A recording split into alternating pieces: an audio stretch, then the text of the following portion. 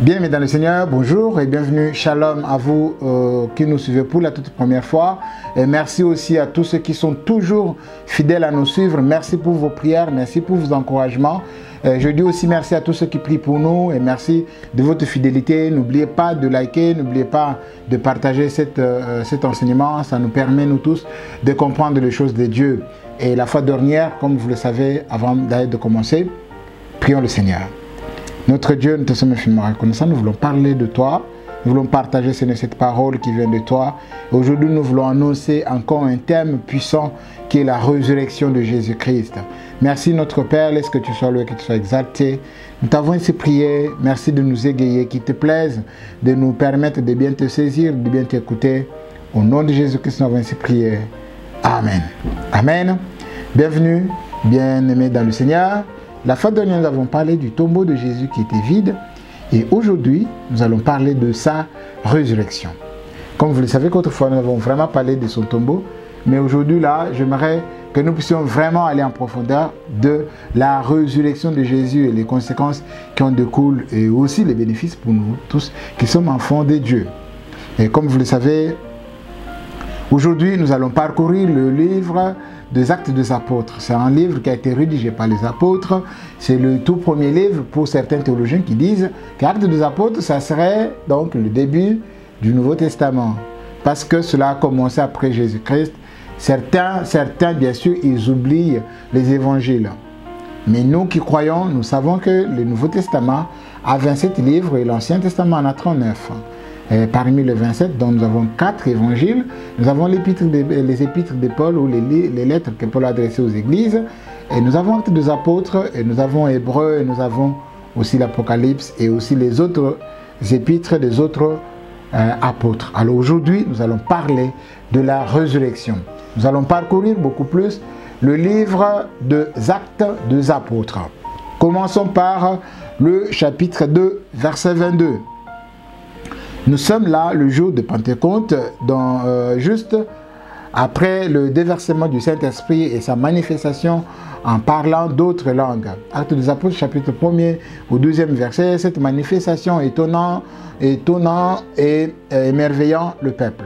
Pierre leur expliqua que ce phénomène est l'accomplissement de la prophétie relative à Joël, chapitre 2, verset 28 à 29, pour ceux qui ont la version Louis II, dans d'autres versions, c'est au chapitre 3, verset 1er.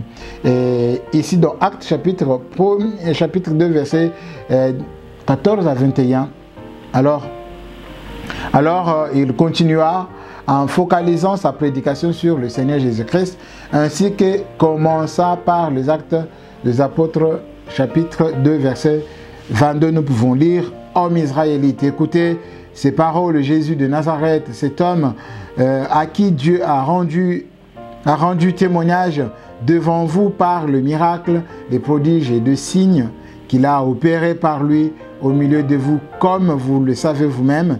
Cet homme livré selon le dessein arrêté et selon la préséance de Dieu, vous l'avez crucifié. Vous l'avez fait mourir par la main des impies. Dieu l'a ressuscité en le délivrant des liens de la mort parce qu'il n'était pas possible qu'il fût retenu par elle. Jésus ne pouvait pas être retenu par la mort.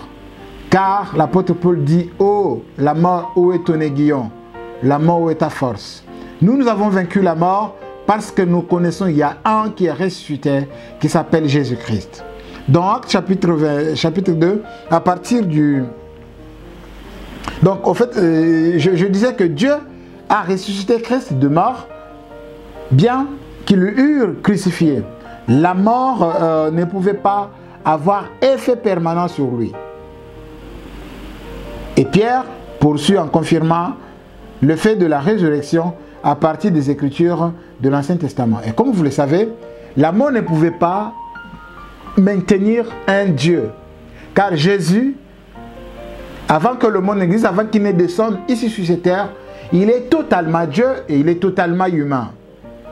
Jésus ne s'est pas dépouillé seulement, comme il est dit dans les épîtres de Paul, qu'il s'est dépouillé de lui-même En hébreu, ce terme-là ne veut pas dire il s'est dépouillé, mais ce terme-là veut dire en hébreu, il a ajouté. Qu'est-ce qu'il a ajouté? Jésus a ajouté une autre dimension qui n'était pas la dimension divine qu'il avait, mais plutôt une dimension charnelle, une dimension humaine. Donc, un Dieu qui accepte de mourir à la place de l'humain. Alors, pour que cet humain puisse entrer dans la divinité, pour le réconcilier avec Dieu, parce que l'homme avait perdu Dieu, alors Jésus a accepté de porter cette charge. Jésus a accepté de porter notre corps ici. Alors, pour ressentir ce que nous ressentons. C'est pourquoi, en tant que dans ce corps, il est mort. Il était mort. Mais Dieu, la mort ne pouvait pas le contenir et Dieu ne pouvait pas le laisser être englouti par la mort. Le troisième jour, le roi est ressuscité. Jésus est ressuscité. Nous le déclarons, il est ressuscité, il est vivant. Alors, poursuivons un peu ça. Je disais que ici, l'apôtre Pierre est en train de parler de la résurrection de Jésus. Il se réfère dans le psaume 16, 8 à 11. Il est évident que Pierre le relie à la résurrection de Jésus-Christ. Et en vérité, son âme n'avait pas quitté Hadès, ni vu la corruption. Toutefois, comme Pierre fut-il capable de savoir que ces passages se référaient à la résurrection du Seigneur, de manière similaire, comment fut-il en mesure de connaître la prophétie de Joël, à laquelle il se référa précédemment, était sur le point de se produire ce jour-là? La réponse est simple, par le Saint-Esprit. Pierre a su tout ceci par le Saint-Esprit. Le Saint-Esprit l'a saisi et le Saint-Esprit l'a révélé. Qu'est-ce que le Saint-Esprit a révélé à Pierre? Pierre n'était pas un théologien, comme vous le savez, n'était pas un théologien éduqué. Mais lui, la théologie qu'il a fait, il a suivi aux côtés du grand maître que Jésus-Christ. Comme on a parlé la fois dernière dans Matthieu chapitre 6, et vous le savez qu'à partir du 4e verset jusqu'au 9e verset, Jésus est en train de les enseigner. Il est en train de... Parce que la Bible dit, comment connaîtront-ils la parole s'il n'y a pas des enseignants, s'il n'y a pas de prédicateurs? Donc il doit d'abord y avoir des enseignants. Après les enseignants, les prédicateurs. Vous comprenez? Donc, lui a passé sa théologie auprès de Dieu lui-même, auprès de Jésus lui-même. Mais il n'a pas eu le diplôme de théologie. C'est le Saint-Esprit qui l'a révélé toutes ces choses et tous ces passages. Quand il lisait par la révélation, par l'illumination du Saint-Esprit. Et par la révélation de Dieu lui-même. C'est comme Jésus l'a confirmé autrefois en disant, Pierre, ce ne sont pas le sang et la chair, mais plutôt le Père qui est au ciel, qui t'a révélé toutes ces choses. Au chapitre, en fait, vous pouvez lire Psaume, chapitre 16, versets 8 à 11. Là, c'est le roi David qui est en train de parler. Et Joël, que nous avons lu, vous connaissez ce qui s'est passé. Et Luc, chapitre 24, verset 49, le don du Saint-Esprit, le consolateur, qui le conduirait à la vérité comme Jésus leur a promis. Jean chapitre 16, verset 13 dit, c'était ce consolateur qui permit de comprendre les Écritures, et c'est uniquement à travers la parole de Dieu. 1 Corinthiens chapitre 2 verset 10 à 13 le rappelle aussi ainsi. Alors, lisons encore en fait Actes des Apôtres chapitre 2 à partir du 29e au 36e verset. Hommes frères, ça c'est l'apôtre Pierre qui dit, hommes frères, qu'il me soit permis de vous dire librement au sujet du patriarche David. Là, il est en train maintenant de rappeler de Psaume chapitre 16. Qu'il est mort et qu'il a été enseveli et que son sépulcre existe encore jusqu'aujourd'hui parmi nous.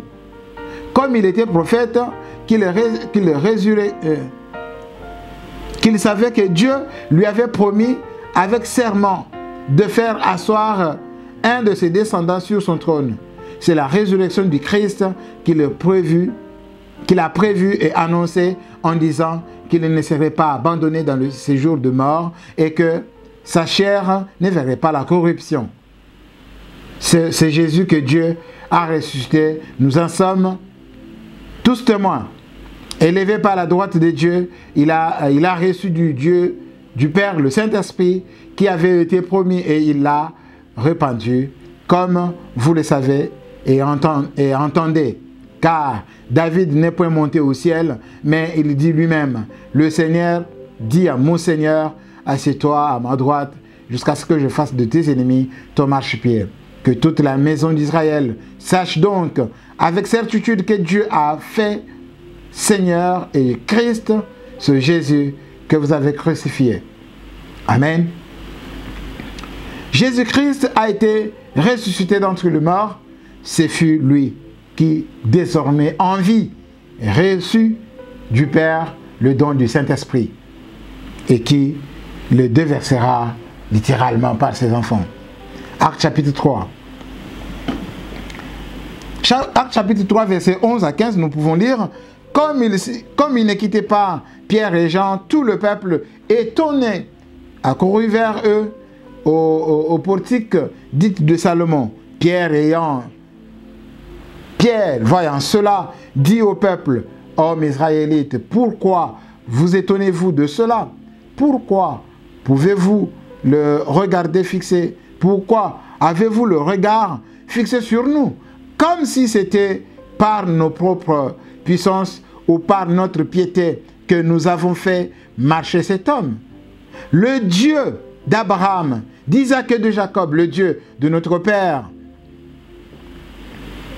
a glorifié son serviteur Jésus, que vous avez livré et renié devant Pilate, qui avait d'avis qu'on le relâche.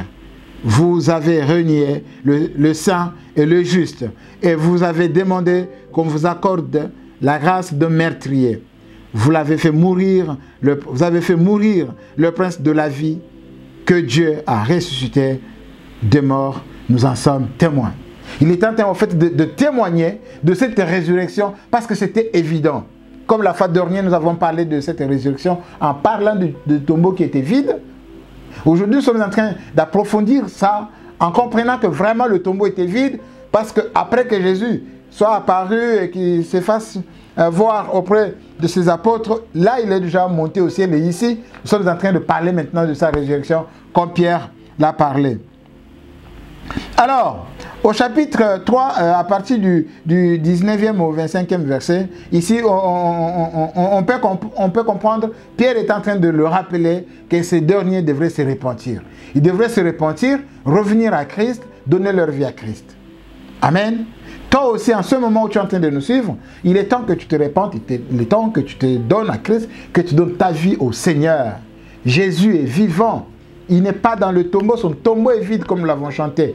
Ici, il est vraiment ressuscité. On peut lire cela. Donc, écoutez, les bénédictions, comme je vous ai dit, quand Jésus est ressuscité, qu'est-ce que nous gagnons? Dans Éphésiens chapitre 1er, je vous ai promis que je reviendrai sur vraiment ce chapitre dans ces livres Éphésiens. Nous allons vraiment parler beaucoup sur ça. Mais aujourd'hui, citons seulement un seul verset qui est le verset 3 où l'apôtre Paul dit « Béni soit le Dieu Père de notre Seigneur Jésus-Christ qui nous a bénis de toute bénédiction spirituelle dans le lieu céleste en Christ. » En celui qui est ressuscité. Dieu nous a bénis de toutes ces bénédictions spirituelles en Christ. Sincèrement, en lui, notre Seigneur ressuscité. Nous possédons chaque bénédiction spirituelle que nous pourrions possiblement avoir, car Paul déclare également concernant la résurrection dans Actes des Apôtres. Chapitre 17, verset 30 à 31, il dit « Dieu, sans tenir compte des temps d'ignorance, annonce maintenant à tous les hommes et en tout lieu qu'ils ont à se repentir, car qu'il a fixé un jour où il jugera le monde selon la justice, ou selon sa justice, par l'homme qu'il a désigné, ce dont il a donné à tout une preuve certaine en le ressuscitant de mort. » Tous les apôtres ont parlé de la résurrection de Jésus. Tous les apôtres. Parce qu'eux-mêmes ont vécu ce moment. Et ils ont vu cet homme après sa résurrection. Nous, par contre, aujourd'hui, nous pouvons parler aujourd'hui de Thomas. S'il y a des hommes dans le monde Thomas vraiment, s'il y a des hommes dans le monde à qui il faut beaucoup croire, c'est Thomas. Vous savez, Thomas, lui, a touché le sang de Jésus. Il a touché le sang de Jésus. Comme ça, il a doigté quand il s'est agenouillé. Mais quelle déclaration elle a fait? Il dit, mon roi est mon sauveur. Mon Seigneur est mon sauveur. Mon Seigneur est mon sauveur. Franchement, Jésus, oui, je le déclare, tu es mon Seigneur et mon sauveur. Par ta résurrection, je suis sauvé. Merci. Dans Romains, chapitre 1, là, Paul est en train de se dire, Paul, serviteur de Dieu, de Jésus-Christ, et en ce qui concerne son fils, né de la postérité de David, selon la chair, et déclaré fils de Dieu avec puissance, selon l'esprit de sainteté, par sa résurrection d'entre les morts, Jésus-Christ, notre Seigneur. Nous le déclarons qu'il est vivant, il est ressuscité, son tombeau est vide. Toi qui ne crois pas, crois, Jésus est vivant. Je ne te pousse pas, je ne sais pas à croire comment, mais ce que je te dis, Jésus est réellement ressuscité. Son tombeau est vide. Dans ce livre, nous parcourons, nous voyons comment il est ressuscité. Les apôtres ont été arrêtés. Ils ont été mis en prison. L'ange de l'Éternel descend. Il dit, vous ne pouvez pas rester ici. Sortez. Demain matin, allez dans le temple. Annoncez cette bonne parole. Que le roi est ressuscité. Que Jésus est ressuscité. Que l'agneau est vivant.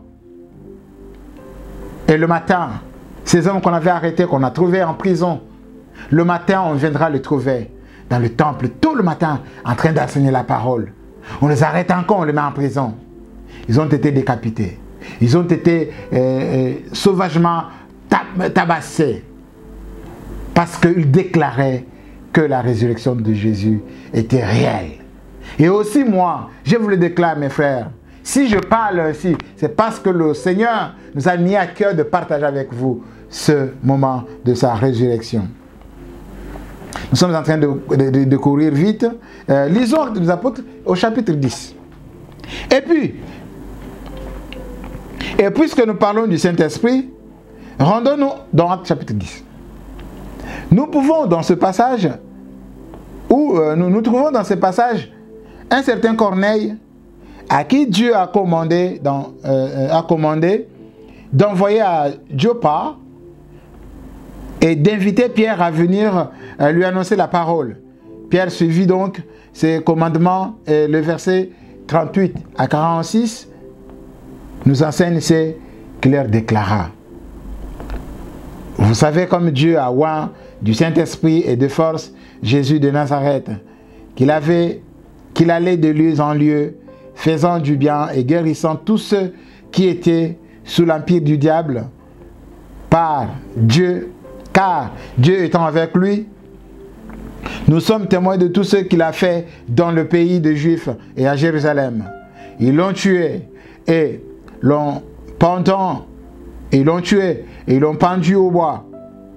Mais Dieu l'a ramené à la vie le troisième jour et lui a donné de se montrer vivant, non à tout le peuple, mais aux témoins que Dieu avait lui-même choisis d'avance, c'est-à-dire à nous. Et nous avons mangé avec lui, et après sa résurrection d'entre les morts. Jésus nous a ordonné de prêcher au peuple et d'attester ce que c'est lui qui a été établi par Dieu, juge des vivants et des morts. Tous les prophètes rendent de lui le témoignage. Tous les prophètes rendent de lui le témoignage. Quiconque croit en lui reçoit par son nom le pardon de péché. Si tu crois au Seigneur Jésus, si tu viens à lui, tu l'acceptes, tu crois, et que tu te donnes entièrement à lui, tu obtiendras le pardon de tes péchés. Jésus ne va pas te laisser pécheur. Il va te donner sa vie. Il va te transformer. Je ne te demande pas de te transformer avant de venir. Moi, je t'invite de venir à lui tel que tu es. Car cet homme, Jésus, il est ressuscité. Il est vivant. Crois seulement. Tu le verras dans ta vie. Crois à Jésus et tu seras sauvé, mon frère, ma soeur. Et je sais que quand nous revenons sur le salut, vous comprendrez que le salut que nous avons, comment nous entrons à recevoir ce salut, c'est parce qu'il y a un travail que le Saint-Esprit fait en nous. Alors le Saint-Esprit fait un travail avant, en amont. Et en aval, c'est te présenter, quand on te présente Christ comme ça, tu crois et tu le reçois. C'est en cette période où le monde est en train, vous connaissez la période que nous sommes en train de traverser, où le péché a accru, où tout devient dur et grave. C'est à cette période que le Fils de l'homme est en train de se préparer pour revenir. Mon frère, son tombeau est vide. Jésus est ressuscité. L'agneau de Dieu est vivant. Il est vivant. Comme nous pouvons le voir dans Actes chapitre 11, à partir du 14e verset, nous dit que Dieu a dit à Corneille d'envoyer chercher Pierre, comme nous venons de le lire là, afin de lui annoncer les paroles qui seraient capables de le sauver. Et comme Corneille était quelqu'un sauvé déjà, et c'est comme ça que le Saint-Esprit va sonner son cœur, car son temps avait sonné de croire au Seigneur. Et c'est comme ça que Corneille va se donner au Seigneur, lui et toute sa famille. Oh, je rends grâce parce que Dieu m'a donné une bonne famille, ma femme et moi-même et mes enfants. Vraiment, nous servons le Seigneur de tout notre cœur et tout notre temps. Partout. Parce que Dieu se révélait à nous et il nous a dit de le servir. Et nous le servons, franchement, avec amour, nous le servons comme il le veut. Nous sommes en train de clôturer. Alors, j'aimerais qu'on lise Actes des Apôtres, chapitre 13, du 23e au 39e verset. Enfin, le dernier passage que nous allons étudier ou nous allons lire de ce livre, c'est Actes des Apôtres, chapitre 13. Nous y trouvons Paul prêchant à Antioche et apportant à son peuple l'évangile de Jésus-Christ. Nous commencerons la lecture au verset 23. Il est en train d'annoncer cette parole, l'apôtre Paul. Lisons Actes des Apôtres, chapitre 13. Nous allons commencer à partir du 23e verset. C'est de la postérité de David que Dieu, selon sa promesse, a suscité en Israël un sauveur, qui est Jésus. Avant sa venue, Jean avait prêché le baptême de la repentance à tout le peuple d'Israël. Et lorsque Jean achevait sa course, il disait, « Je ne suis pas celui que vous pensez, mais voici après moi vient celui dont je ne suis pas digne de délier les souliers. Homme, frère, fils de race d'Abraham, et vous qui craignez Dieu, c'est à vous que cette parole de salut a été envoyée. En effet, les habitants de Jérusalem et leurs chefs n'ont compris ni qui était Jésus, ni les paroles des prophètes qui sont lues chaque jour dans le sabbat. Et voici qu'en condamnant Jésus, ils ont accompli ces prophéties. Ils l'ont trouvé chez lui. Ils n'ont trouvé chez lui aucune raison de le condamner à mort. Et pourtant, ils ont demandé à Pilate de le faire exécuter. Après avoir réalisé tout ce que les Écritures avaient prédit à son sujet, ils l'ont descendu de la croix et l'ont déposé dans un tombeau. Mais Dieu l'a ressuscité de mort. Pendant de nombreux jours, Jésus s'est montré à ceux qui étaient montés avec lui de la Galilée jusqu'à Jérusalem et qui sont maintenant ses témoins devant le peuple. Et nous vous annonçons cette bonne nouvelle, que la promesse faite à nos pères, Dieu l'a accomplie pour nous, leurs enfants, et ressuscitant Jésus, selon ce qui est écrit dans les psaumes 2e. Tu es mon fils, et je t'ai engendré aujourd'hui. Qu'il est ressuscité de mort. de telle sorte qu'il ne retourna pas à la corruption.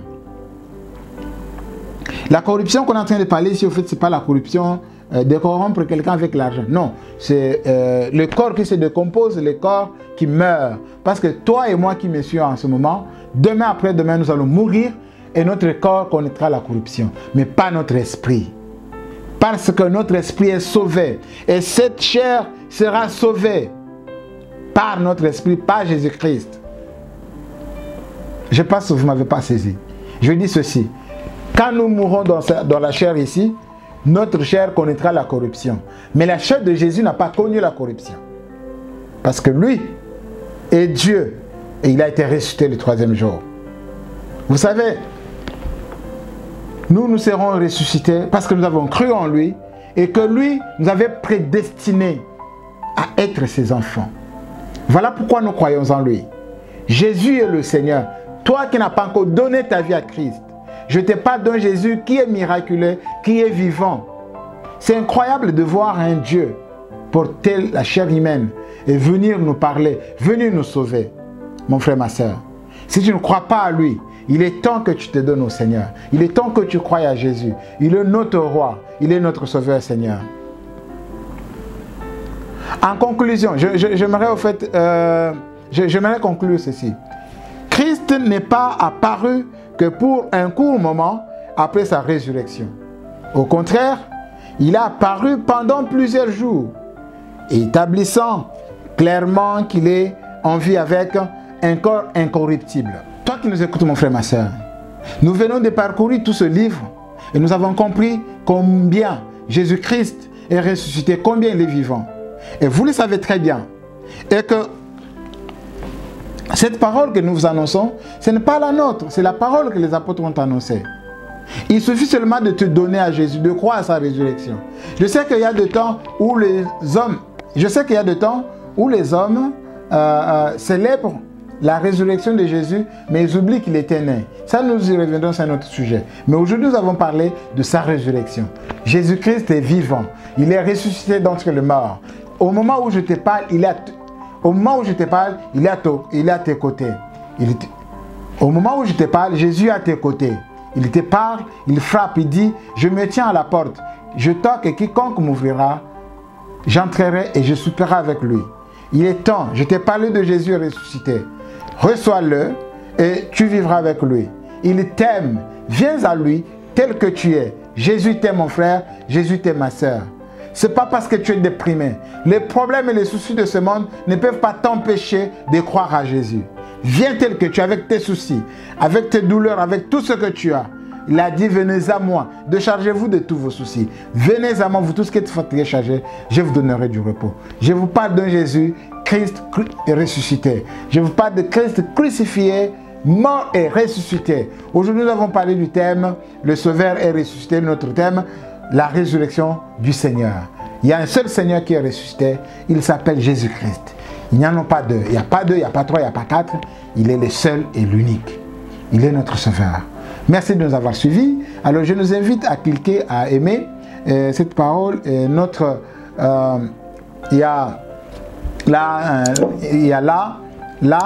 il y a notre adresse mail et notre numéro de contact. N'hésitez pas de nous contacter, n'hésitez pas de nous écrire.